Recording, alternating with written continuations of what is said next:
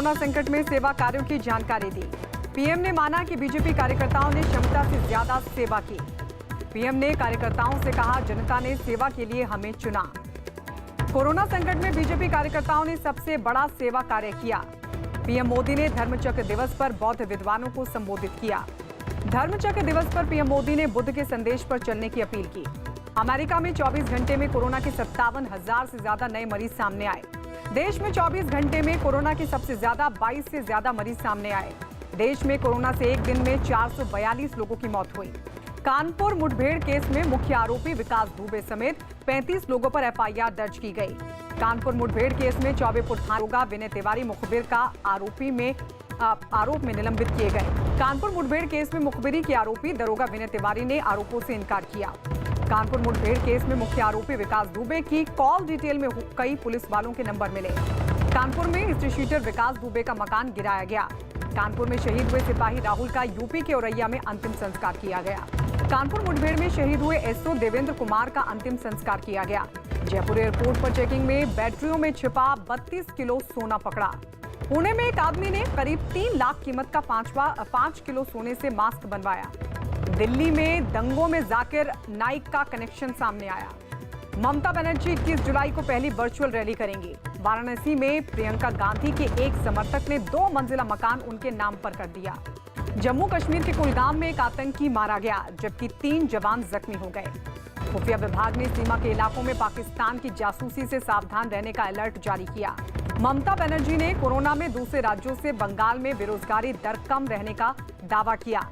राहुल गांधी ने लद्दाख के लोगों की बात नहीं सुनने के आरोप में चेतावनी दी। यूपी में कानून व्यवस्था पर कांग्रेस महासचिव प्रियंका गांधी ने बैठक की। राज्य सरकार के अनुरोध पर कोलकाता में 8 शहरों में उड़ानों पर 6 से 19 जुलाई तक रोक। दिल्ली में 6 जुलाई से स्मारकों को खोला जाएगा। राजौरी में सुरक्षा बल ने एक आतंकी ठिकाने का पर्दाफाश किया। उत्तर प्रदेश के मेरठ में रिटायर्ड कर्नल के बेटे ने 2 लोगों को गाड़ी से कुचलने की कोशिश की। असम में बाढ़ में जान गंवाने वालों के परिवारों को 2-2 लाख रुपए देने का ऐलान किया।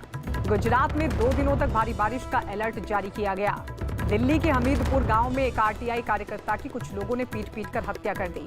बिहार के सहरसा में लोगों ने लूट के आरोपी को पकड़कर उसकी पिटाई कर दी। गुजरात के राजकोट में 2 लोगों के पास से बंद हो चुके 1000 और 500 के नोट जब्त किए गए।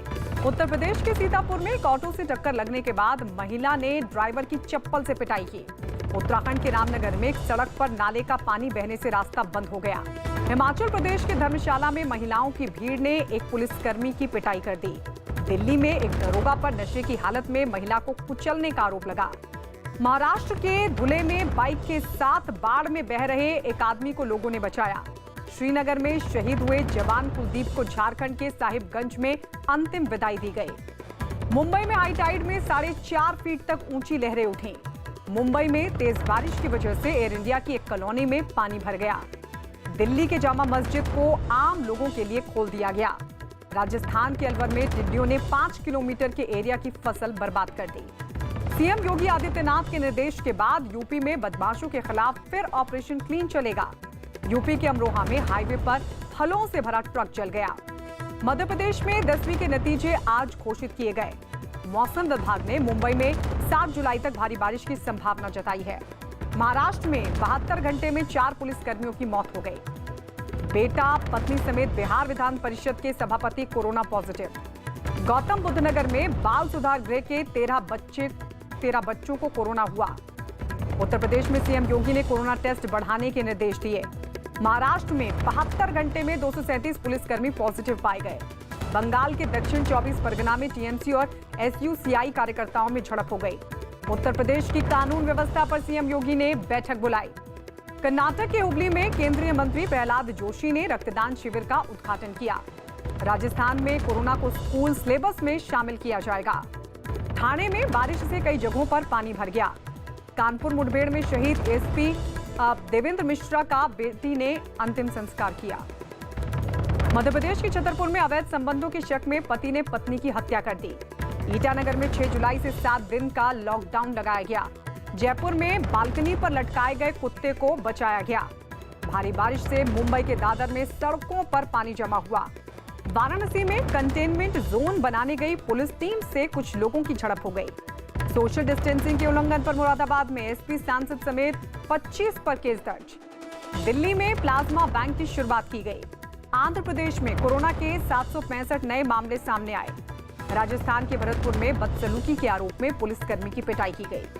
हिमाचल के कुल्लू में पुलिस ने 134 किलो ड्रग्स को आग के हवाले किया। रोहतक में कोरोना पर सीएम खट्टर ने अधिकारियों के साथ बैठक की। पुलिस ने उत्तर प्रदेश के महोबा में हथियार फैक्ट्री का पर्दाफाश किया। मुंबई में फर्जी ई पास बनाने के आरोप में 2 गिरफ्तार किए गए। गुरुग्राम में 24 घंटे में 3 कोरोना मरीजों की मौत हो गई। गाजियाबाद में शादी के 4 दिन बाद पति पत्नी ने खुदकुशी की। लखनऊ में विकास दुबे के भाई की कार और बाइक को पुलिस ने सीज कर दिया। गौतम बुद्ध नगर में एक्सप्रेसवे पर टोल कर्मचारियों से बदसलूकी हुई। हरियाणा के पलवल में पुलिस से ठगी के आरोप में 3 आरोपी गिरफ्तार किए गए। अमेरिका के लॉस एंजलिस में एक छोटे प्लेन ने सड़क पर चलती कार के सामने इमरजेंसी लैंडिंग की। लॉकडाउन के बाद सिंगापुर में यूनिवर्सल स्टूडियो पर्यटकों के लिए खोला गया। चीन ने आलोचना करने वालों को देश में एंट्री नहीं देने का कानून बनाया। अमेरिका के न्यूयॉर्क में चीन के खिलाफ प्रदर्शन किया गया। वियतनाम में 24 कैरेट सोने की परत लगाकर एक होटल बनाया गया। WHO की टीम कोरोना फैलने की जांच के लिए अगले हफ्ते चीन जाएगी। भारत में बैन के बाद टिकटॉक ने 45,000 करोड़ से ज्यादा के नुकसान की आशंका जताई। चीन पर लगाम लगाने के लिए दक्षिणी चीन सागर में अमेरिकी नौसेना ने युद्ध अभ्यास शुरू किया।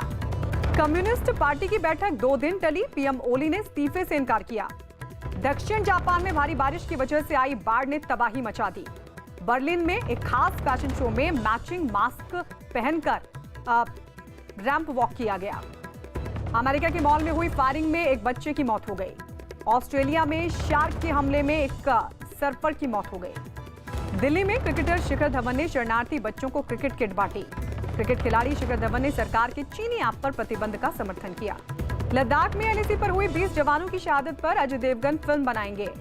लॉकडाउन के बीच अक्षय कुमार के नासिक दौरे पर सवाल उठे। लॉकडाउन के बीच अक्षय कुमार के नासिक दौरे पर मंत्री छगन भुजबल ने जांच के आदेश दिए। कंगना रनौत ने अपने परिवार के साथ पिकनिक करने का वीडियो सोशल मीडिया पर शेयर किया। विराट कोहली ने घर में कसरत करने का वीडियो सोशल मीडिया पर पोस्ट किया। अमिताभ बच्चन ने मास्क पर एक वीडियो ट्वीट किया। कोरोना में ग्रोथ करने वाली दुनिया की टॉप 100 कंपनियों की लिस्ट में रिलायंस भारत से अकेली कंपनी।